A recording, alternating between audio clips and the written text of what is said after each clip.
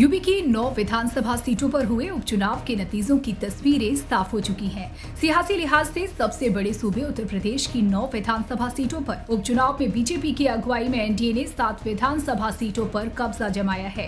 उपचुनाव में मुख्यमंत्री योगी आदित्यनाथ की साख दांव पर लगी थी, इसलिए यूपी में योगी आदित्यनाथ ने जबरदस्त चुनाव प्रचार किया। उन्होंने आक्रामक चुनाव प्रचार किया और पूरा चुनाव एक तरह से उन्हीं के दिए नारे बटेंगे तो कटेंगे पर केंद्रित हो गया। उत्तर प्रदेश की विजय जो 7 विधानसभा सीटों पर उपचुनाव में भारतीय जनता पार्टी गठबंधन को प्राप्त हुई है, यह उत्तर प्रदेश की ओर से प्रधानमंत्री मोदी जी के अभियान को, ये 7 कमल भी उस पूरे अभियान के प्रति समर्पित है।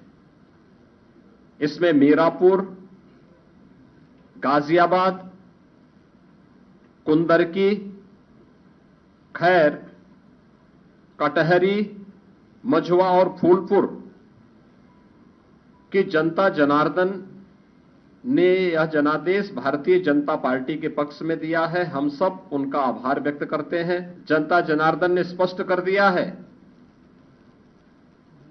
कि समाजवादी पार्टी और इंडी गठबंधन का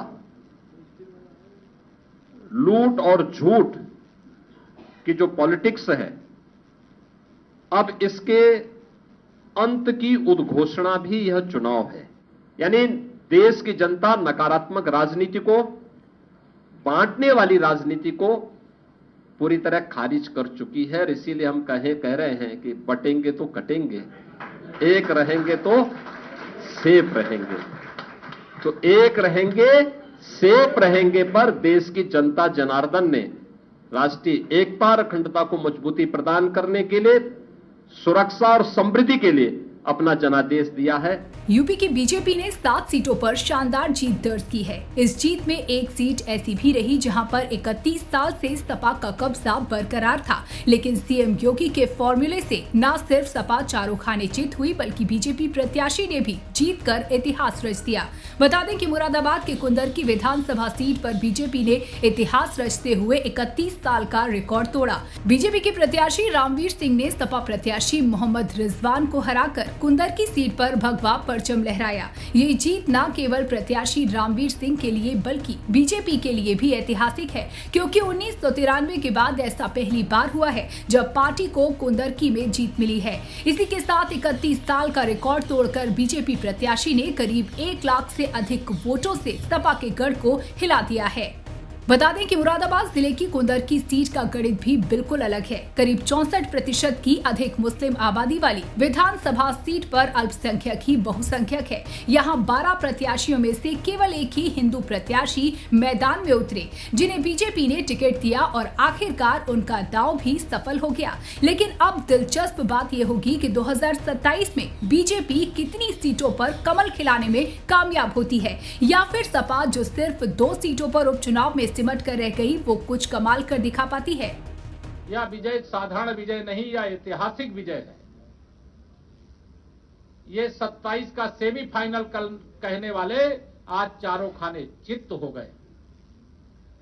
फर्जी पीडीए परिवार डेवलपमेंट एजेंसी चलाने वाली समाजवादी पार्टी का सुपड़ा साफ हो चुका। उपचुनाव से पहले और लोकसभा चुनाव के बाद जो समाजवादी पार्टी गुब्बारे की तरह फूली हुई थी, उस गुब्बारे की हवा उत्तर प्रदेश की जनता ने इस उपचुनाव में निकाल देने का काम किया। इस उपचुनाव में 50% से अधिक मत भारतीय जनता पार्टी गठबंधन को मिले हैं और यह नारा हम धीरे धीरे कि 100 में 60 हमारा है, 40 में बंटवारा है, बंटवारे में भी हमारा है, हम उस ओर आगे बढ़ रहे हैं। यूपी उपचुनाव में हार के बाद मायावती ने कर दिया बड़ा ऐलान। बीएसपी चीफ मायावती ने ऐलान किया है कि चुनाव प्रक्रिया में सुधार करने और फर्जी वोटिंग रोकने के लिए जब तक चुनाव आयोग कोई सख्त कदम नहीं उठाएगा, उनकी पार्टी कोई भी उपचुनाव नहीं लड़ेगी।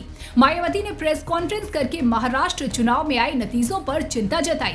बसपा अध्यक्ष मायावती ने लखनऊ में प्रेस कॉन्फ्रेंस में कहा, उत्तर प्रदेश में हाल ही में हुए 9 विधानसभा सीटों पर उपचुनाव में मतदान प्रक्रिया और कल घोषित परिणामों को लेकर व्यापक चर्चा हो रही है। पहले बैलेट बैलेट पेपर का दुरुपयोग और धोखाधड़ी करके फर्जी वोट डाले गए और अब ईवीएम का उपयोग करके भी इसी तरह की गतिविधियां की जा रही हैं, जो लोकतंत्र के लिए चिंता और दुख की बात है। ऐसे में हमारी पार्टी ने फैसला किया है कि जब तक चुनाव आयोग फर्जी मतदान रोकने के लिए सख्त कदम नहीं उठाएगा, तब तक हम कोई भी उपचुनाव नहीं लड़ेंगे। हुए उपचुनाव में इस बार जो वोट पड़े हैं और उसके बाद जो कल नतीजे आए हैं, तो उसको लेकर अब ये आम चर्चा है।